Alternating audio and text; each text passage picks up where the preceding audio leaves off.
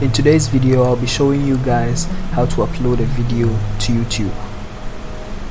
Now, we'll be using video 111 as a sample for this video. Now, since we'll be uploading a video to YouTube, I think we would have to visit YouTube. So once you're on YouTube,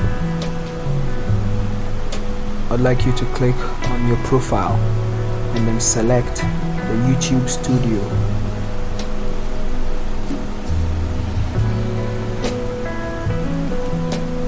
Once you're in your studio, I'd like you to click on create and then select upload video. Now you click on select file and then you locate the particular video you would like to upload. In our case, it's video 111. So you select that.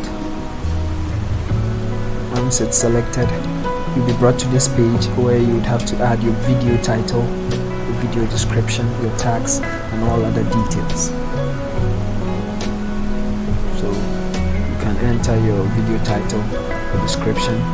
You can choose the thumbnail.